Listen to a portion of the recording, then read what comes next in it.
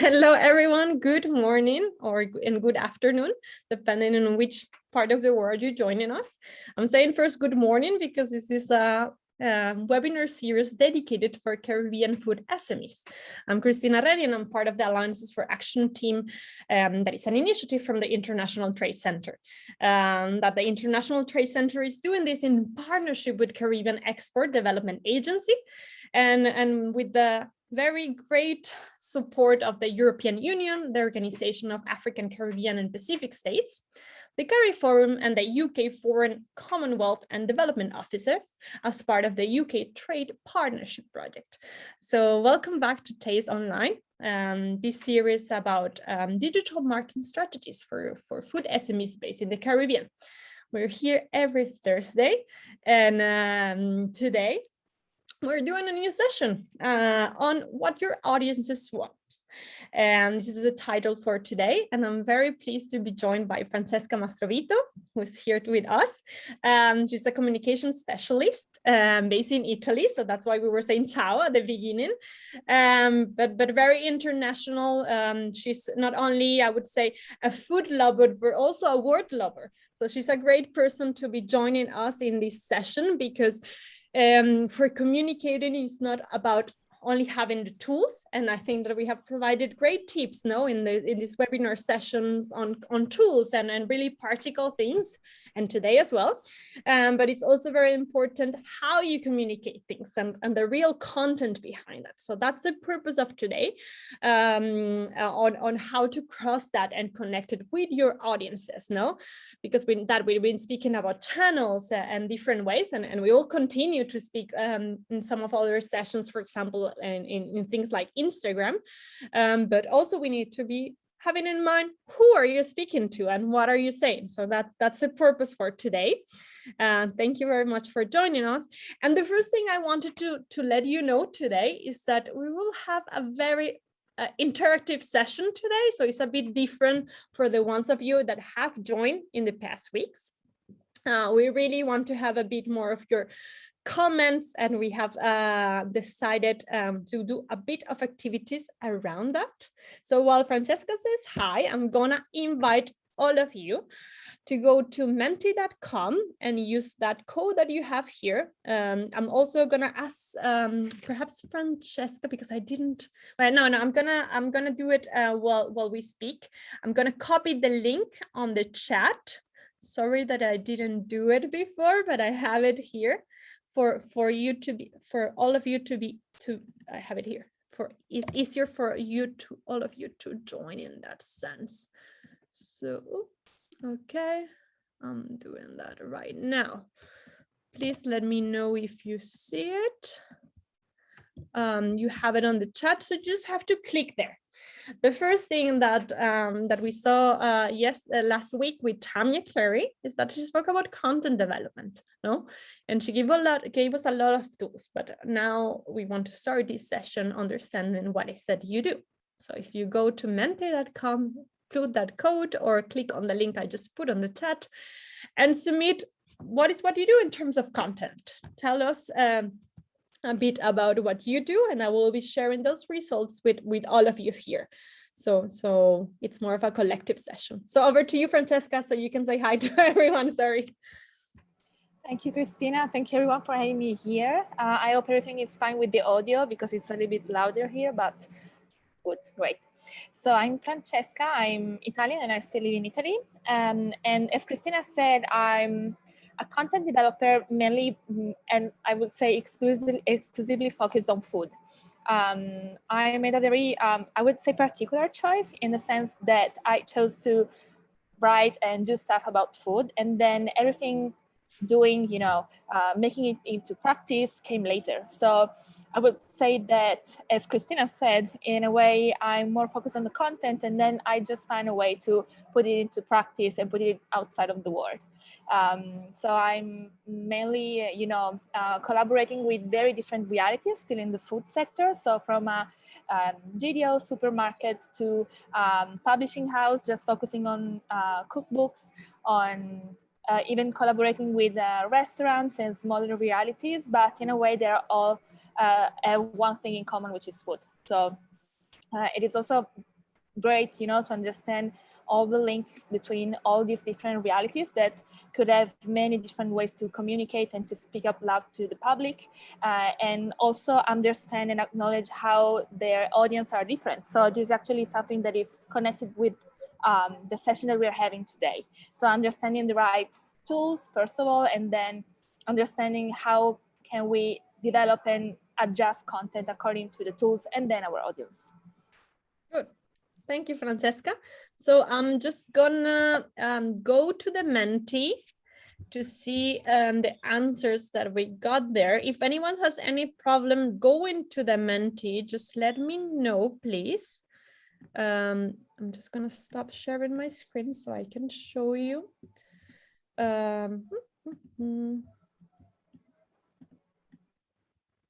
Wait 1 second. I have a lot of things open at the same time, so.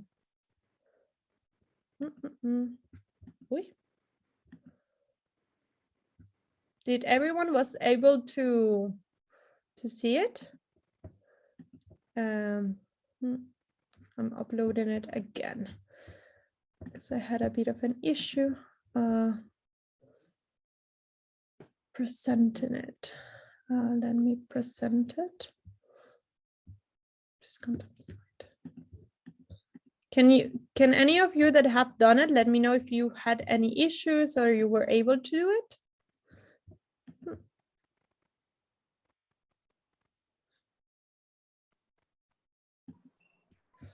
Apparently no issues. I responded, okay, so thank you, no issues. But perhaps the only issue is showing the results. It's the first time that this happens to me, so I'm sorry, but let me just go here. Okay, no, I have it now. This is great. Let me share with you my screen. So here you see a bit of the answers that we're getting live from all of you on what type of content do you use. So we see, as you see, this is a word cloud. So as much as we have the same word, we can see it bigger. So we see here that food, it's the main content that you use. Then we have video, written, agro-processing, beekeeper, Facebook, inspirational ideas, stop motion. I would be interested to hearing about this stop motion, turmeric, sauces, granola, vegetables, infographics, spice rub, audio, Facebook, text, ads, blog posts, inspirational ideas, visual video, vegetables, images, populate.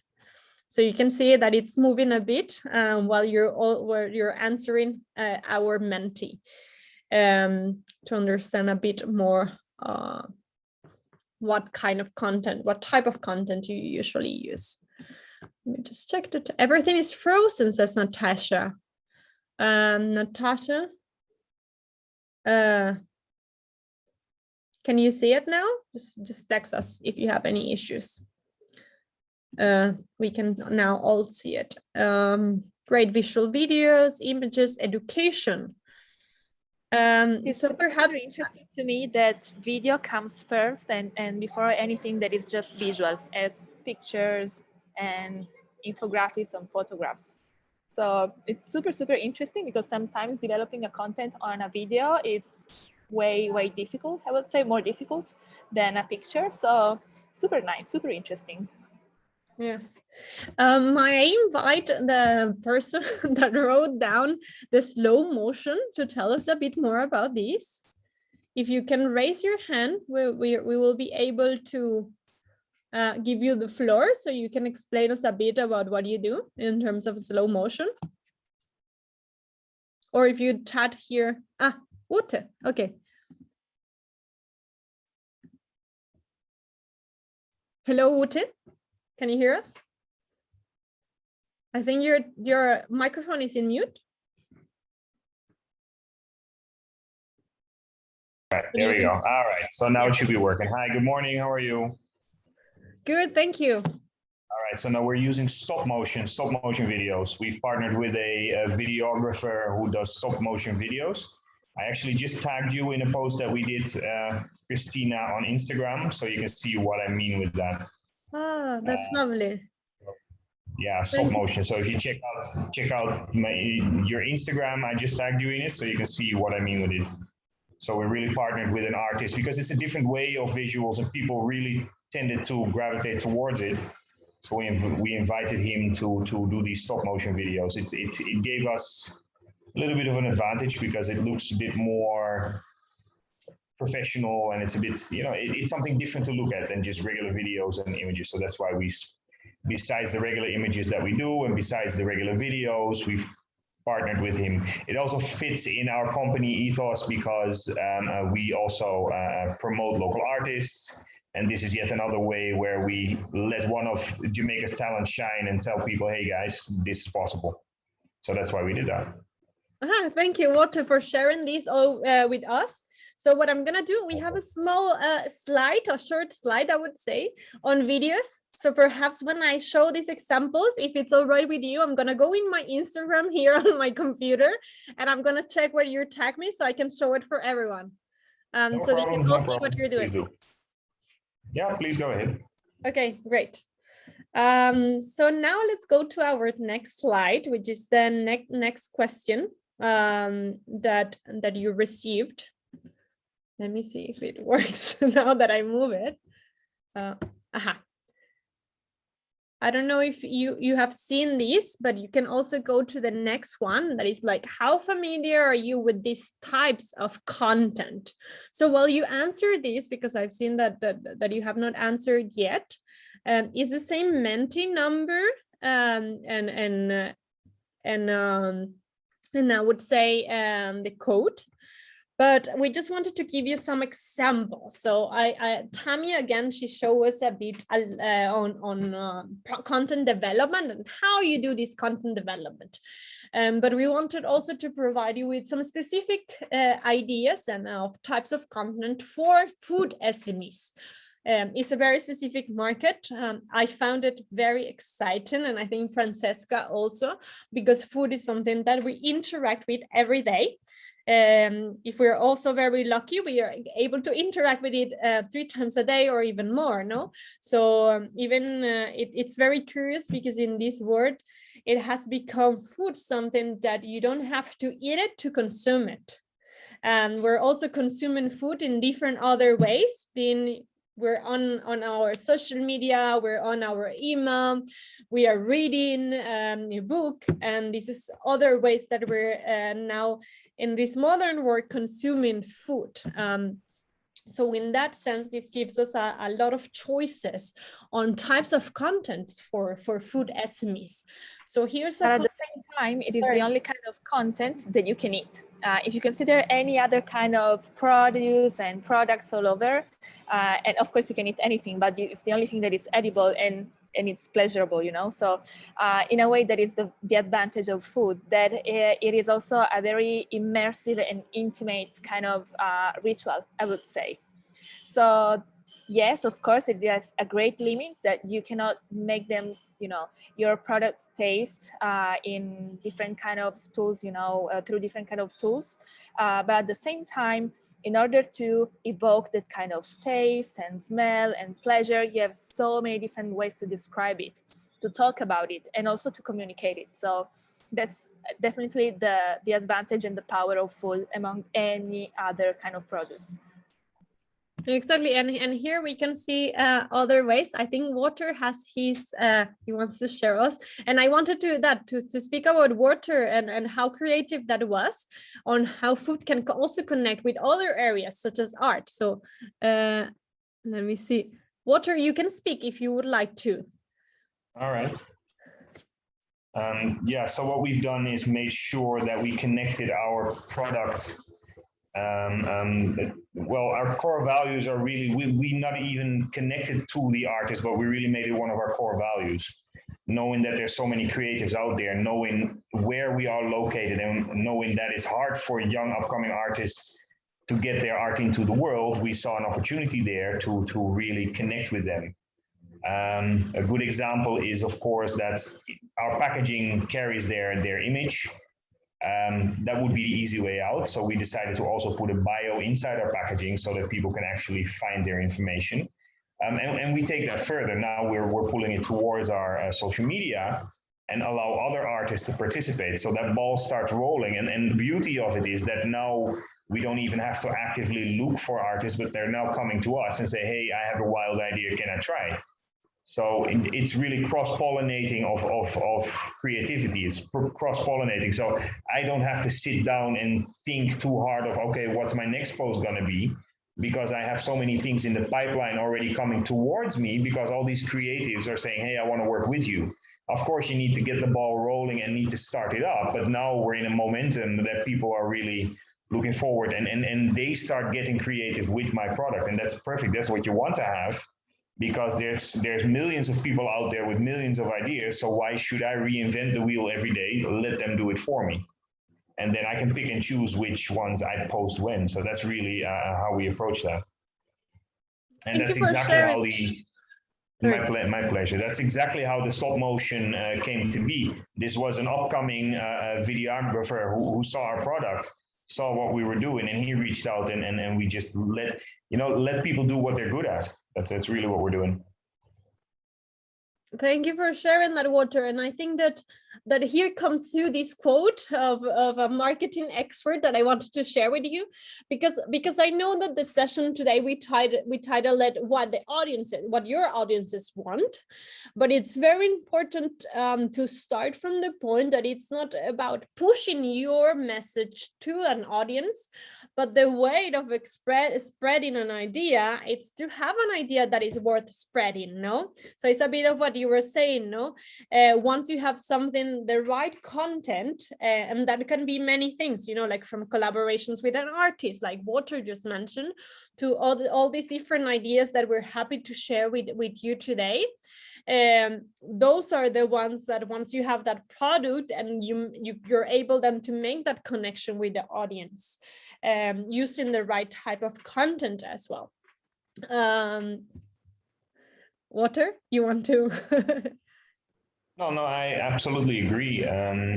It's been we've been doing this for 3.5 years now, and it takes a while. It takes a while. You really need to be consistent, and I think consistency is important with everything. You need to be consistently with your vision, where you're gonna go, and trust in yourself. The moment you have a good idea, then start working it, keep on working it until it starts giving back. It takes a while, but it will catch on. Great. Correct me if I'm wrong, Christina, but I guess this quote came from a book with a very funny title, which is The Purple Cow, right?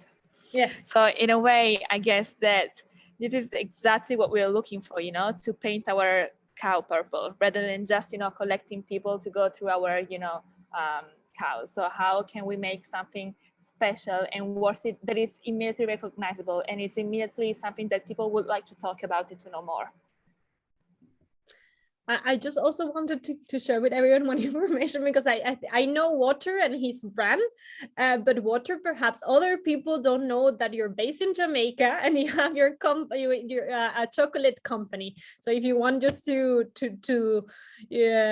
complete anything about your introduction, please do it. So the rest. Right, yeah, indeed. I just started talking away about how we approach it. Right. So my name is Walter Cheertes.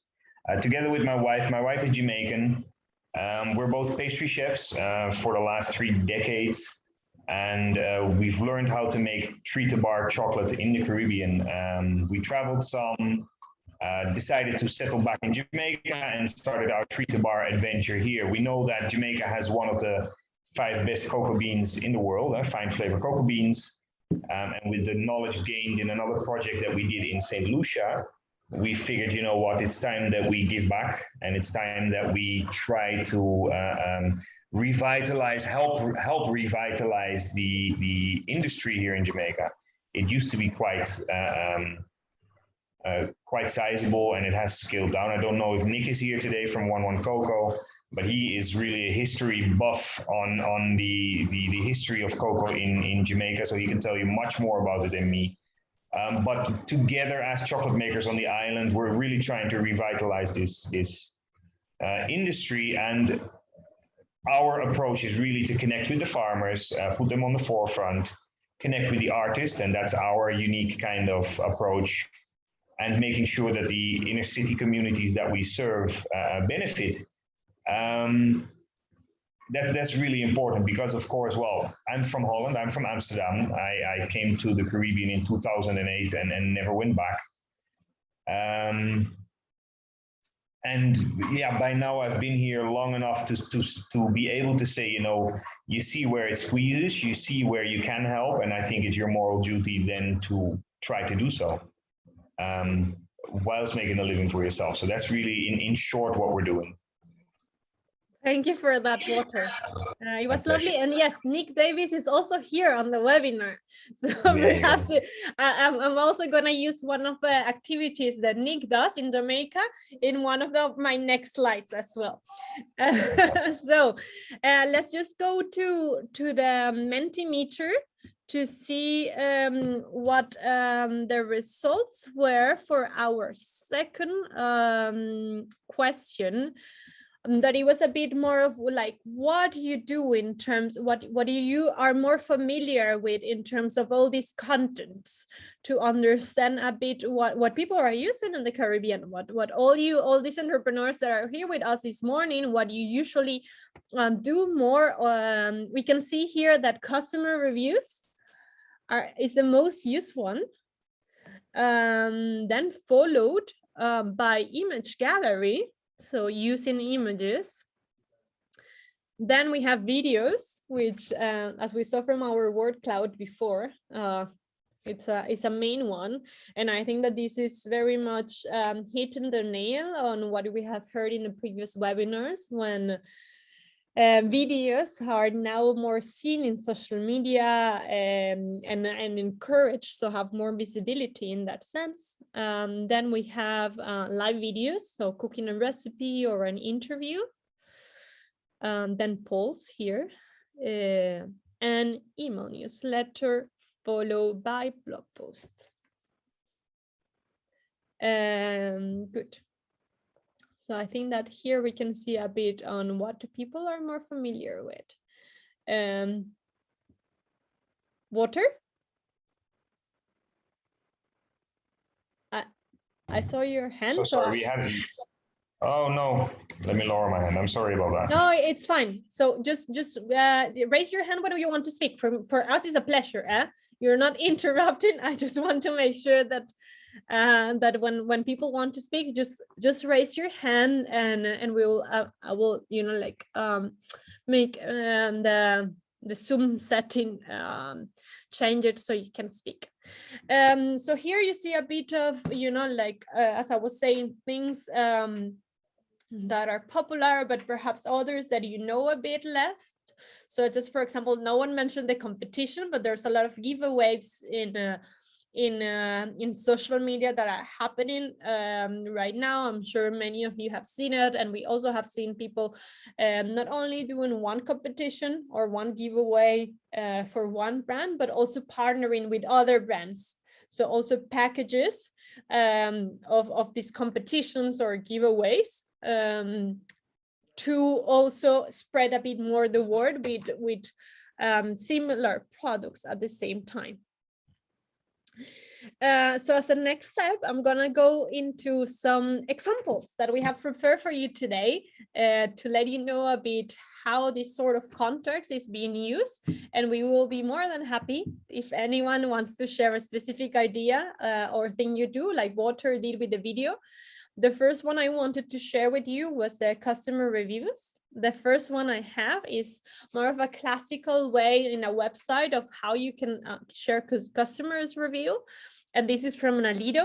We had one of the founders of Nalido joining our iPhone and Android photography session. So I wanted to take her example from the website, so you can see that they have quotes, written quotes from customers in the website, also showing the location of those customers.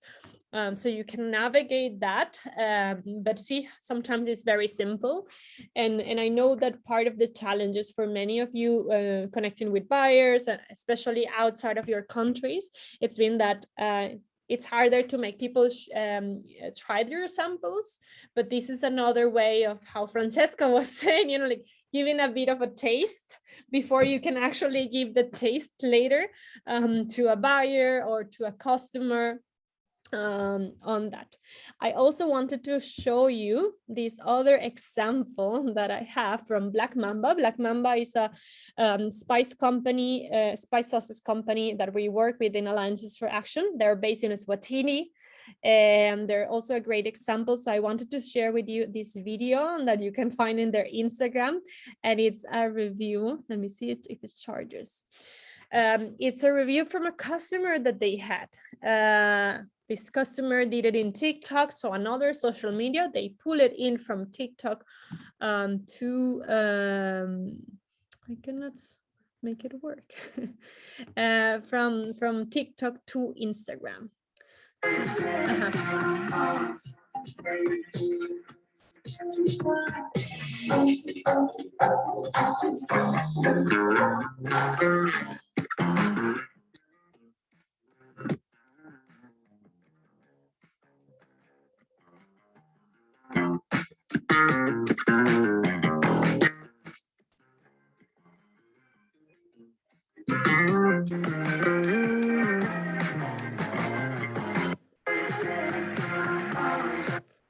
Good. So as you saw, sorry, I'm just going to close it. As you saw here in, I cannot see it. No, as you saw here, this is another example of how you can do a customer reviews or how you can use it. It's not only about reading down, which is great as well, but sometimes you, you know, like if you have some other customers that are a bit more creative, can help you to tell your story. So if you saw in this short video, it was very short, but it was also funny at the same time. He told a bit about like the company, where it comes from, what are the ingredients that are inside there, what are the qualities or things that differentiate the product, such as the level of spiciness, and then also how you can eat it with, and his recommendation. So again, another way of sharing customers' reviews. Then here we have the next one. I would like to add, Christina, on this note, that sometimes customer reviews are so helpful to understand something that we don't know yet about our product.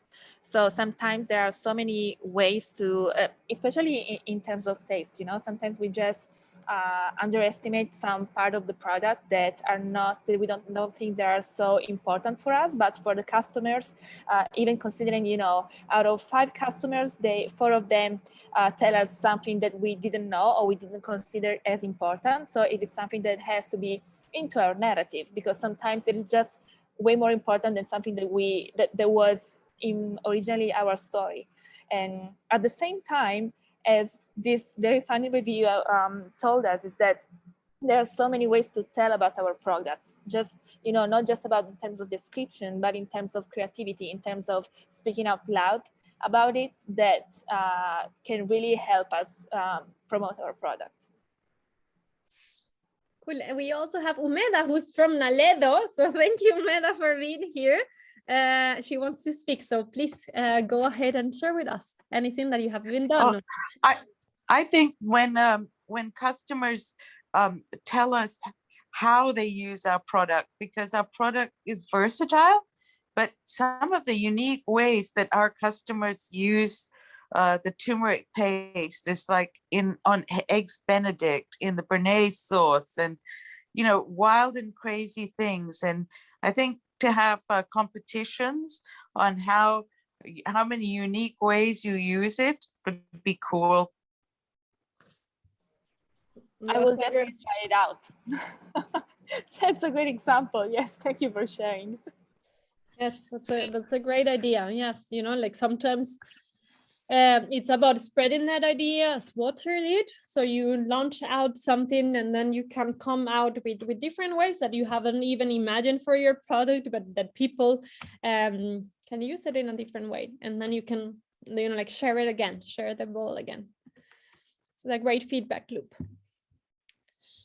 So the next one I wanted to mention was the tastings. So yes, sometimes you have customers reviews, but actually you can also have some tastings. The first ones that I wanted to mention is that in person or on site, tastings that are done in a creative way. So this is the example I wanted to share from 11 Cacao in Jamaica. So Nick Davis, I know he's here.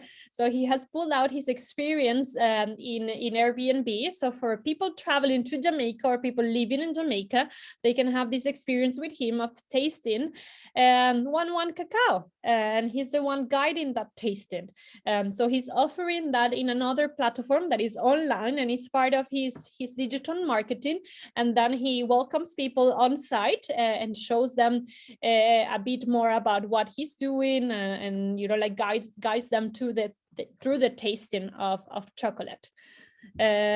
So happy to share that example from the region with you today. And another thing that we have seen over the last year is also online tastings, virtual tastings. This picture is actually a picture that Francesca shared with me. So perhaps Francesca, you can tell us a bit about, like online testing. What is your experience with that? How have you seen it? Because perhaps some of us haven't participated in that and we don't want to take it for granted. This is one thing that might be able to stay in this transition after the restrictions of traveling. It's something that many of you might be able to explore. So yes, I truly believe that what the very first lockdown taught us is to be super creative. So, and in order to do it, the first thing that you have to understand is the kind of capacity you have and the kind of willing you have to reach out to people in a different way than usual. So in this picture, you have an example of a beer tasting that was made online by a group of beer experts. And it was very, very interesting because it was actually organized by those people who write a guide about beers here in Italy. And in order to buy the package, so the access to the tasting online, you also had the opportunity to buy a little more, to pay a little more in order to receive the beers.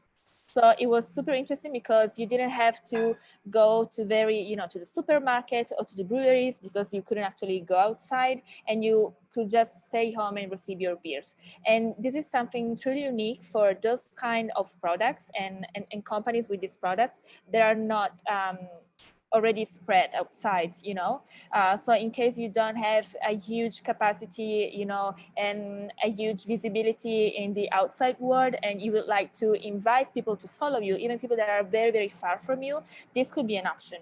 Because you can, first of all, understand until where you can reach people and ship your product, of course. And then to make it interesting, to make it, palatable in a way, you can guide them through the tasting, because it might also happen that they could actually, when we used to travel a lot, maybe you could plan and schedule visit and a tasting somewhere. In this case, you need actually the understanding and also the knowledge of the company or the kind of producer that you would like to visit. In this other case, you can actually find out and reach out to the people that are more interested in the broader spectrum of products. So for example, I'm interested in beers, or I'm interested in chocolate. So once I'm Googling chocolate or beer tasting online, I can find out more about your company making out, the tasting online and the product.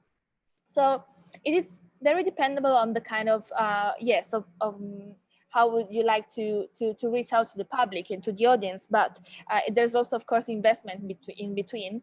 I truly believe that the online tools, the online tasting will last. So we'll keep going in different kind of, scenarios and packages.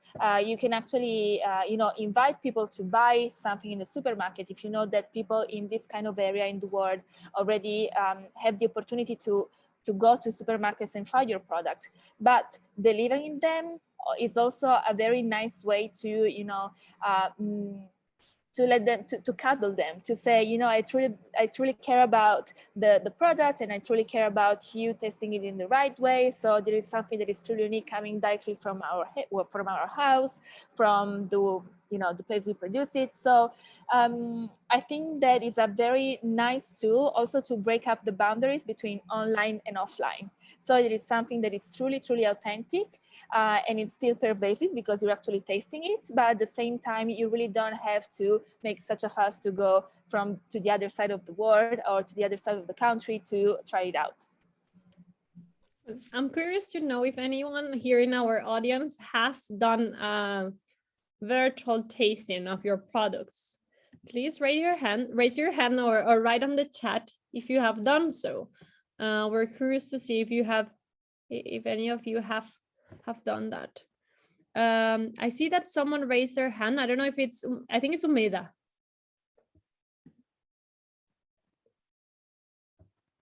You can speak. I think that if you have raised your hand, you can speak without any problem. No, we haven't done virtual tasting. I don't know how that happened. Sorry. No worries. So, but recently we were invited to Los Angeles for a real tasting, and that has started again. So it was at Air One, and it was amazing. Thank you, Meda. We have then Aaron, who has raised his hand. So Aaron, if you want to share it a bit with us, your experience. Yes, hello, my name's Aaron from Grenada.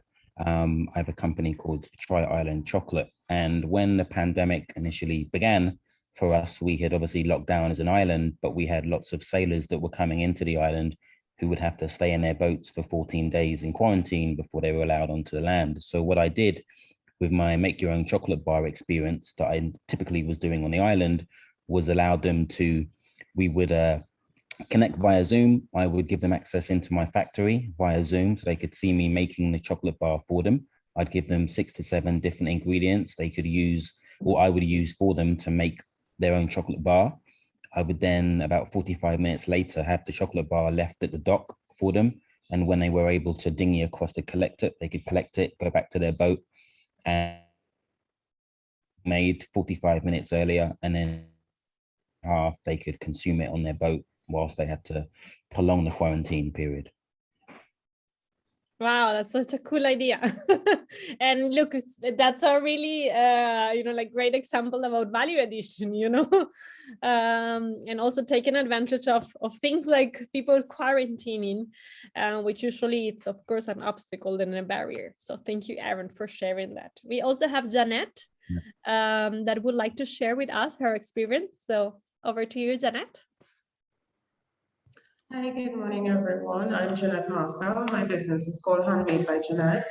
So I didn't do a virtual tasting, but what I did is I make a piri-piri sauce. So when the lockdown, prior to that, I was doing a piri queue where people come and they eat and so on. But when the lockdown happened in Trinidad, I did piri-piri kits. So what I did is the same ingredients that you would have get in your box. I put that in a box, uncooked, and then sent it to the client. And then I sent a menu card. And what they did, they would call me and then I would guide them on how to make the item in terms of, so it wasn't on exactly as virtual, but it was virtual in the sense that it was more personalized service, because then I was dealing with them one-on-one. I would put everything in a box, deliver it to them, and then they call me and we walk through the steps of how to season it, marinate it, grill it. So that was cool, and that came directly out of the pandemic. I had to kind of pivot. So yeah. Thank you, Janet, for sharing that with us. I have also seen here that Natasha Leather has also provided the idea of like perfume essence of your product, like what you find in the magazine. I think that it depends on your product, because then that perfume has to be like the product. And you need to make sure also to be saved, and also like the quality on the long term of that perfume. So yes, thank you for sharing that idea. And then let's go I will over. also add on Natalia's note that yes, that might also be a good idea just to send out samples, of your products. At the same time, it will be extremely interesting to add something that adds value. For example, it might be just the tasting, so you just ship out the products that can be enjoyable in a way that you invite people, to taste. Or it might be also, adding a discount or something that makes that kind of shipment valuable, especially when it's free. Exactly. Thank you, Francesca. I'm just trying to go back to my presentation. So I have many tabs open, as you can all see, because we have many examples prepared for you today. So my computer is a bit slow, but after the tasting, we have videos. So let's go over the videos. And this is the part where I'm going to show also Water's example. I just have prepared two ideas or examples of videos of what you can do. That is not the classical institutional video. One is for social media. So let's go over to Zipful. Which is sorry, I cannot see it, which is a company based in the UK, and they do these short videos of the experience of the consumer related with their products. So it's not a very long video, it's very short, so it's meant for social media, and this is the example of the Instagram one. So you can see also over their profile that they do share a lot of videos. So it's these very short videos that connect that brand story with the customer. So you see, this is a hug, and a hug means so much, especially right now, with people quarantining after this year. And then they have the hashtag, the right hashtag, Zipful moments, relating with the brand. So if you go to their navigation, they have different of these videos. Another one that I wanted to share that is not social media, but it's something very interesting. It's on virtual trade shows. So I don't know if any of you have participated in virtual trade shows. I wanted to show you an idea on an example on virtual trade shows. In this case, it's on BioFac, which is organic trade, a trade show specialized in organic, usually based in Germany. And this year, they did the virtual trade show where each company had a profile. So you saw another profile that I want to show you later. But this one is from Puka Tea, Puka Herbs. It's a tea company. And when you go to the profiles of the company in these virtual trade shows, you have that main picture, but you also have a video. That is the first thing that people see. This video, and I will be sharing my slides with you. This video is just a pitch video of someone from the company speaking. Puka, we are driven to connect as many people as possible to the beauty and the power of nature. We craft organic herbal teas and supplements to support all lifestyles, using the very best quality herbs that nature has to offer. Our herbs combine quality with certified organic and fair sourcing standards. We independently assess this, and our very own world-leading herbal experts watch over every step with care. Puka is a certified B Corp, and we're a passionate member of 1% for the Planet. We invite you to join us as we nurture healthier, happier lives through powerful organic plants. Okay, so that's another example of videos being used for trade shows. It's, as you see, a very personal presentation of a team member that is using just someone telling a bit of the story in 40 seconds, plus the products. That's what they're showing in the video. I want to go then now. I'm going to stop sharing for 1 second my screen. And Daddy Francesca, if you want to add anything around the videos while I look for Water's example on my Instagram so I can show it to everyone. it's all right. So there's many other kind of contents needs nowadays to be adapted according to the kind of delivery tools that you're going to use. At the same time, it is super interesting to understand how the tool that you're using has its own rules and has its own languages, because for example, Instagram has different kind of videos and categorizes videos accordingly on the length. So according to how long your video is going to be, it is categorized in different ways. It can be, a video that you can post on your feed if it's below 1 minute. At the same time, can be a longer video that is called IGTV, and it still recalls, the television somehow, and it's something that you can enjoy because it's longer. And there are also another new kind of videos that are called Reels that somehow brings to the idea of stop motion. So the 3 different kinds of videos are a way to let you understand how your content can be adapted to that kind of tool, but at the same time can be created on the first line to be delivered on that kind of tool.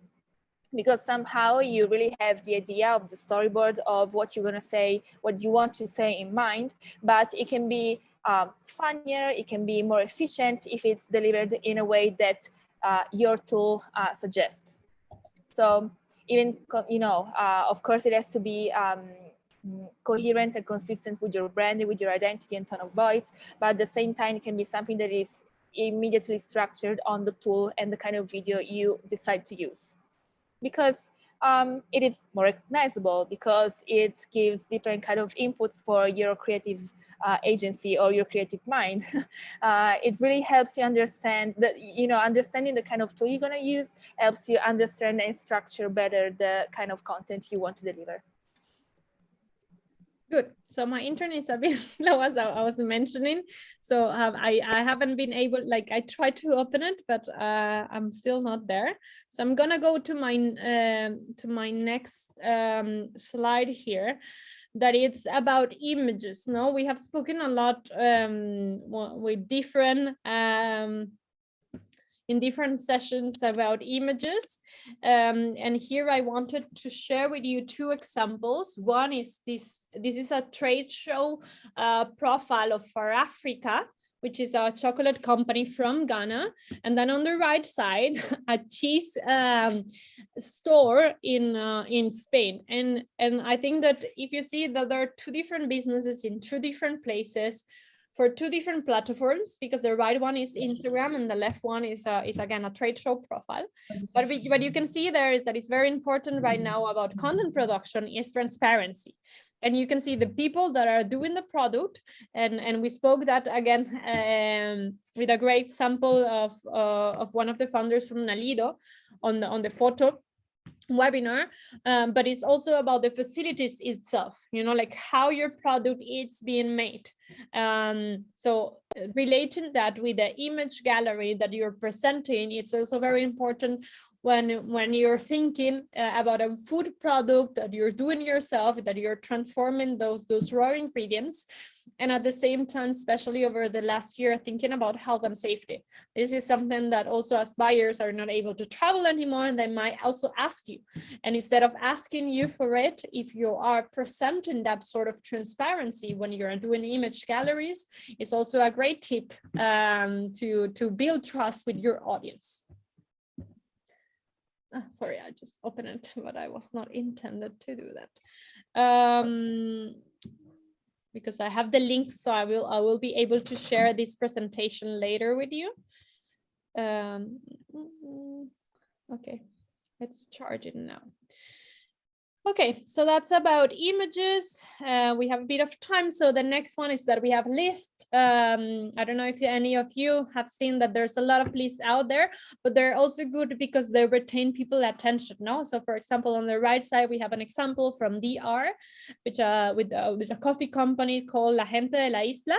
And these are 3 things that you can do from today to stop putting sugar in your coffee. And this is how they get the audience attention, but how they're also developing content that is pushing the quality and their difference of their product, because that's a way that you can taste better the coffee. So they give you practical examples there on that list on Instagram, but then also on the left side you have also another idea of, for example, a beauty ritual. And this is a company that uses coconut products for beauty.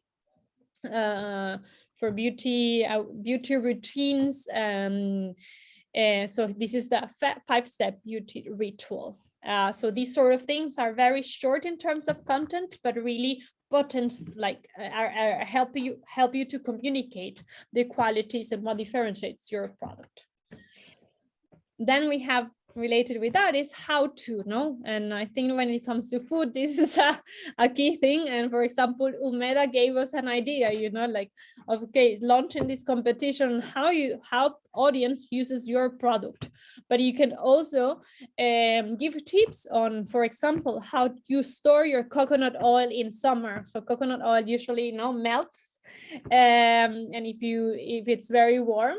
So this is, for example, something that some sort of how to content or how to make fonio. This is from a brand in Africa that sells this fonio.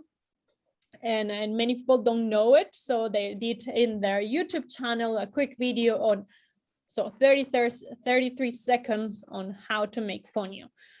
So this how to, they really engage, and I think that they tap into the educating that a lot of you mentioned on our word cloud at the beginning. It relates to that. And then the other example I had, it was the impact statement. And this is something that when we connect with the trends, not only over the last year, but especially because it has been increasing, it's something that what is your impact and also how you relate with sustainability. So here we have 2 examples. One is from a website of Cafe Blue in Jamaica, when it's very clear what the social impact is. They relate that social impact with people and environment. And you have kind of like the 3 pillars, and then you can read, our Blue Mountain coffee is produced under banana, inga, mango, and many other trees, and weed control is done by hand. This protects soils and river basins from erosion. So then you can see the 3 points and also related with the certification that they have. Then the right one on the right side, this is the Coconut Collaborative. I took the example of the website, but then also you can see Instagram. This is also an impact statement. It's not something that should be in your presentation of your company or on your website. You can also use some of this. For example, when there's a specific World Day. So in this case, for World Life Day, what they did is that they took the impact statement, that is that there's no, I would say, monkeys related with the production or the collection of the coconuts. They turned that into a message that they send out in Instagram for World Life Day. So they communicate again what is their message and their position on that. So Mela says best coffee, Blue Mountain. And then so these are 2 examples on how impact statements are used and are there in digital marketing. So I know we don't have a lot of time. We have a couple of more minutes, but I wanted to then give the word to Francesca, who will be speaking more about omnichannel mindset. So yes, as you can see from all the different kind of contents that we browse somehow, we are now living in a world that is really, really interconnected. So you have channels. Whenever you have a different kind of content, you can share from one channel to another, simply just by pushing the button share in different kind of, social media, for example. The point is that anything that is related to your content that is not just on social media, but it can also be on your website, on blog posts to third kind of companies, on press, on, I don't know, even graphics in the place you're staying are interconnected. So it will be extremely clever for you to develop a content that can be reproduced in every tool that you have and used in every kind of tool that you want to, use to communicate with your public.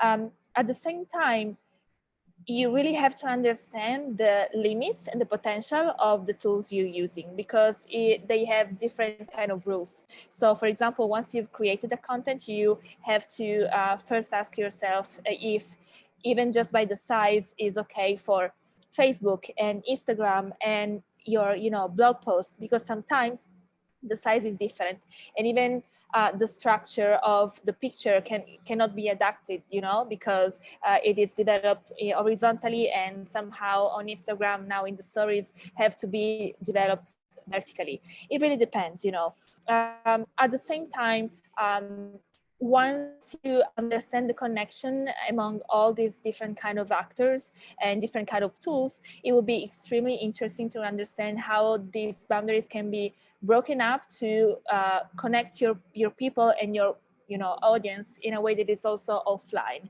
or how can you convert the people that reach out to you offline on online, because these two words communicate to each other, so they are connected because they have to place yourself outside in the world in the in the same way, in the same kind of capacity.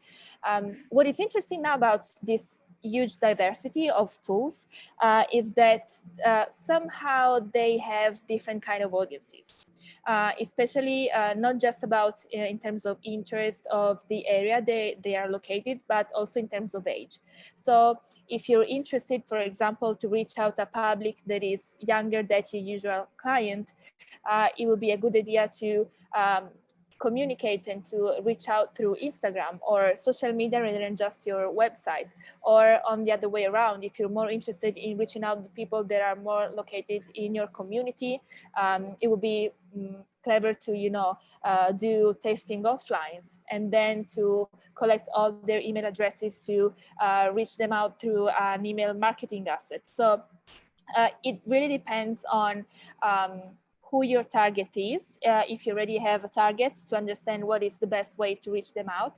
And if you have a potential target in mind, also to understand how you can convert the content that you already have to a tool that it is most used to the people you want to reach.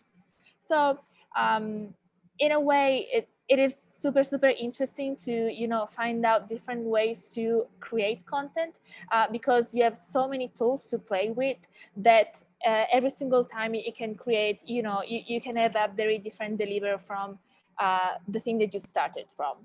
So the two things to to understand and to keep in mind every single time that you start creating content is the kind of tool you want to to use, but also of course your content, because it cannot be totally different from the idea and the identity you have in mind. So it is super interesting to mix up both. Right. So I know we have only a few minutes and there's a couple of other things that we wanted to share with you. So it's more about the audience. We have a new mentee, so we can also brainstorm on the audience and who your audiences are. Perhaps, Francesca, are you able to share the link so I don't need to go out if it's possible for you? So you can you can go to, the audience can go to menti.com and use the code of 36125427 to answer who are your targeted audiences. I know that all of us, all of you work in the same industry, that is the food industry in the Caribbean. So perhaps this can give us a good insight, on who are your targeted audiences. And I think that here the idea is that once you are developing all this content, don't lose the focus, because it's not about you and what you want to hear, but it's about your audience. And here there's two questions of asking yourself, why would they want to listen to you, and how you're adding value. Another point here, it's consumers or buyers. So I know that many of you might have a product that is not direct to consumers. So perhaps you don't have any of these channels, or you're not developing any content. But our advice is that even buyers, they're looking for your channels, and they're looking for this digital footprint that you have online, and how you relate with consumers to know more about your brand. So even if it's not a consumer, the buyer is gonna look for you online, as we did with Tamia, and that we did this exercise, or looking for some companies online, and see what you find out. So, you know, like don't forget that your final consumer there, it's very important. It's a very important of your audience, even if it's of course, it's different if you're speaking for a virtual trade show, as I show you there. Of course, their buyer, it's your audience. But in other channels, such as social media, consumers are very relevant to the business. Then also to keep in mind, the reviewing competitors.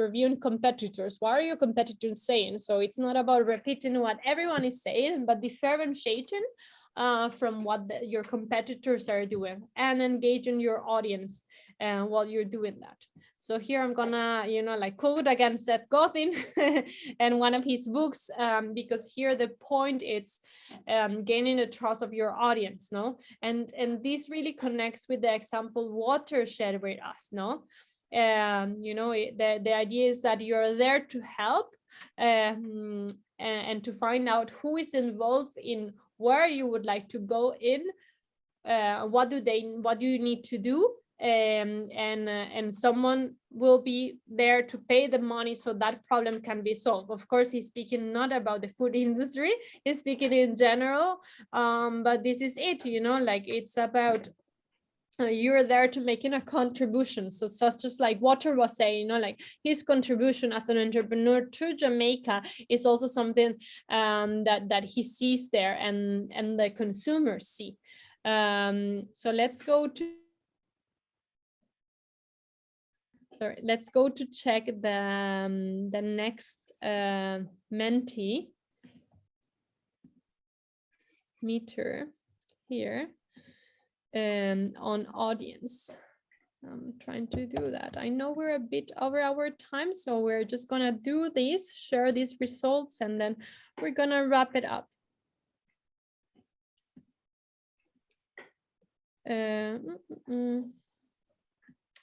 Okay. So I'm trying to download the results. I'm sorry. In the meantime, perhaps I'm just gonna jump to my next one. That it's the importance of reviewing what you're doing regularly, to understand if it's that engaging with your right audience. Tamia on the last session, she really show us a bit of Facebook insights and analytics. So these are tools that is very important for you to track what is the engagement of that audience that you're targeting. And then another point that we're going to touch also later, it's on engaging those audiences, is instead of trying to be very broad and reaching out everyone, really focusing on a small group of people, no? That is feasible for you to connect and to engage, no? So seeing all these different options that we have provided to you today on examples of contents and things that you can do, it's not about saying do it all at the same time for everyone, and you can, reach everyone. It's not like that. It's more about, really defining your audience, understanding with empathy what they want, so not trying to push any message out to them, but understanding, listening to what they want, not by asking, but really understanding that gap and what they want, and what, with that empathy, going back to them with the specific, you know, like content that speaks to them, to engage them. I think that this is another very important thing. And when I mentioned that we will go through this, I know that in 2 weeks, on the 19th, we'll have a session on Instagram, and we will go a bit on the testimonials or ambassadors and how to connect with influencers. And this is another great thing to keep in mind, that perhaps you don't need to, you know, like target them like many influencers and many audiences, but just the right amount of people that are going to spread the word and do it well. So I know we have to wrap up now. Thank you very much for joining us. I see that Wendy is leaving, so I'm gonna just thank Francesca again for being here today with us. Thank you very much. It was great. We lost you for a bit, I think. Okay, so thank you very much. Yes, Jeanette and everyone. Next week we will have another session with Francesca, more on that, continuing to engage your audience. So once you identify your audience and you have your content, how to, you know, like keep that relationship alive in a consistent way. So thank you very much for being here this morning, and see you next Thursday at the same time, always on the same link. Thank you very much. Bye-bye.